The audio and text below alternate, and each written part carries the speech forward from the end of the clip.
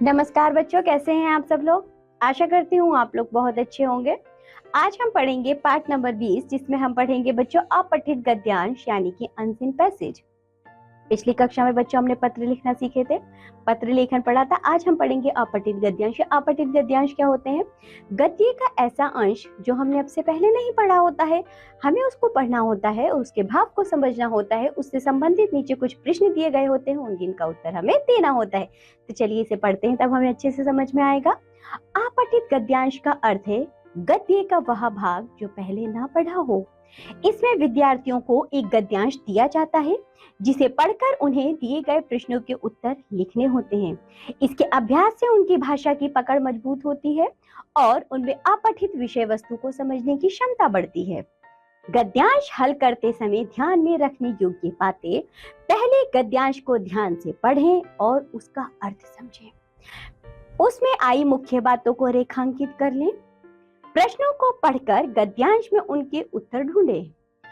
उत्तर अपनी भाषा में लिखें। उत्तर छोटे सरल भाषा में और स्पष्ट हों।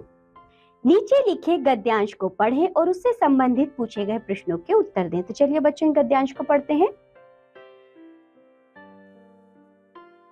श्रवण कुमार एक आज्ञाकारी पुत्र थे। उसके माता पिता अंधे थे। एक बार उसके माता पिता ने तीर्थ यात्रा करने की इच्छा व्यक्त की। श्रवण कुमार ने माता पिता को कांवर में बैठाकर कंधे पर रखकर तीर्थ यात्रा कराई। यात्रा से लौटते समय एक जगह श्रवण के माता पिता को प्यास लगी। जल का पात्र लेकर श्रवण नदी पर गया। जब वह पात्र में पानी भर रहा था तो उसमें आवाज हुई। उस आवाज को पशु द्वारा पानी पीता समझकर राजा दशरथ ने तीर चला दिया।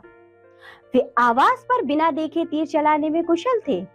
तीर जाकर श्रवण की छाती में लगा और उसकी मृत्यु हो गई। सब कुछ जानकर राजा बहुत दुखी हुए। जब श्रवण के माता पिता को राजा ने उसकी मृत्यु का समाचार दिया तो वे बहुत दुखी हुए। उन्होंने राजा को पुत्र के वियोग में मरने का श्राप दिया। श्राप देकर दोनों ने अपने प्राण त्याग दिए। तो बच्चों, ये एक गद्यांश पढ़ा हमने। चलिए अब इससे संबंधित प्रश्न उत्तर पढ़ते हैं। श्रवण के माता पिता कैसे थे? श्रवण के माता पिता अंधे थे। श्रवण के माता पिता ने क्या इच्छा व्यक्त की?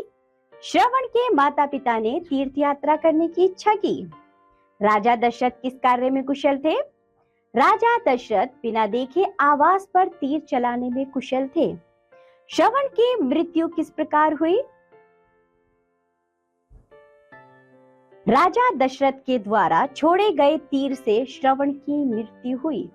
श्रवण के माता पिता को उसकी मृत्यु का समाचार किसने दिया? श्रवण के माता पिता को उसकी मृत्यु का समाचार राजा दशरथ ने दिया। श्रवण के माता पिता ने राजा दशरथ को कौन सा श्राप दिया? श्रवण के माता पिता ने राजा दशरथ को पुत्र के वियोग में मरने का श्राप दिया। तो बच्चों, ये पढ़ा हमने एक गद्यांश और उससे संबंधित प्रश्न उत्तर किए। तो चलिए एक और गद्यांश पढ़ते हैं। जिंदगी को ठीक से जीना हमेशा जोखिम झेलना है।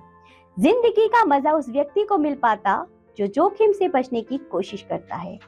भोजन का असली स्वाद उसी को मिलता है जो कुछ दिन बिना खाए रह सकता है। बड़ी चीजें बड़े संकटों में विकास पाते हैं। अकबर ने 13 साल की उम्र में अपने बाप के दुश्मन को हरा दिया था। इसका एकमात्र कारण यह था कि अकबर का जन्म रेगिस्तान में हुआ था। इससे संबंधित प्रश्न उत्तर देखिए बच्चों। भोजन का असली स्वाद किसे मिलता है? भोजन का असली स्वाद उसी को मिलता है जो कुछ दिन बिना खाए रह सकता है। अकबर ने कितनी उम्र में अपने बाप के दुश्मन को हराया था? अकबर ने 13 वर्ष की उम्र में अपने बाप के दुश्मन को हराया था। चलिए एक और गद्यांश पढ़ते हैं। जल और जीवन का आपस में गहरा संबंध है। बड़े बड़े नगर नदियों के किनारे ही बसे हुए हैं। आजकल मनुष्य नदियों और झीलों में तैरकर अपना मनोरंजन करता है। प्राचीन काल में मनुष्य तैरकर ही नदियों को पार करता था। तैराकी अपने आप में कला के साथ साथ अच्छा व्यायाम भी है। आजकल तैराकी के कई प्रकार प्रचलित हैं। जल और जीवन का आपस में कैसा संबंध है? जल और जीवन का आपस में गहरा संबंध है। बड़े बड़े नगर कहाँ बसे हुए हैं? बड़े बड़े नगर नदियों के किनारे बसे हुए हैं। तैराकी कला के साथ साथ और क्या है? तैराकी कला के साथ साथ अच्छा व्यायाम भी है। प्राचीन काल में लोग नदियां कैसे पार किया करते थे? प्राचीन काल में लोग तैरकर ही नदियां पार किया करते थे। तो बच्चों, ये हमने गद्यांश पढ़ा, तो चलिए एक और गद्यांश पढ़ते हैं। समय बदलता रहता है। लगभग 50 वर्ष पहले हमारे देश में टेलीविजन नहीं था। उस समय लोग फिल्म देखने सिनेमाघरों में जाते थे। आज घर घर में टेलीविजन में है। अब से 30 वर्ष पहले टेलीविजन में 2 चैनल आते थे, दूरदर्शन चैनल और मेट्रो चैनल। आज इसमें 100 से अधिक चैनल हैं। इनके द्वारा फिल्म, शिक्षा, कार्टून, खेती आदि अनेक कार्यक्रम आते हैं। जहां एक तरफ टेलीविजन से मनोरंजन होता है और जानकारी मिलती है, तो दूसरी ओर आंखों पर बुरा असर भी पड़ता है। तो चलिए बच्चों, इस गद्यांश से संबंधित प्रश्न उत्तर करते हैं। हमारे देश में टेलीविजन कब आया? हमारे देश में टेलीविजन 30 वर्ष पहले आया। पहले लोग फिल्म देखने कहाँ जाते थे? पहले लोग फिल्म देखने सिनेमाघरों में जाया करते थे। आज टीवी में कितने चैनल आते हैं? आज इसमें 100 से अधिक चैनल आते हैं। टेलीविजन में किस पर बुरा असर पड़ता है? टेलीविजन देखने से आंखों पर बुरा असर पड़ता है। तो बच्चों, इसी के साथ ये पाठ होता है यहाँ समाप्त। आज हमने पढ़ा है अपठित गद्यांश। हमने जाना कि बच्चों अपठित गद्यांश क्या होता है, उसको पढ़कर किस प्रकार उससे संबंधित प्रश्नों के उत्तर दिए जाते हैं। आप इस पाठ को अच्छे से पढ़ेंगे बच्चों, इस वीडियो को दोबारा देखेंगे, सभी अपठित गद्यांशों को पढ़ेंगे और नीचे भी आपको कुछ अपठित गद्यांश अभ्यास में दिए गए, उन्हें पढ़ेंगे। उनसे संबंधित जो प्रश्न है उनके उत्तर आप स्वयं से करेंगे।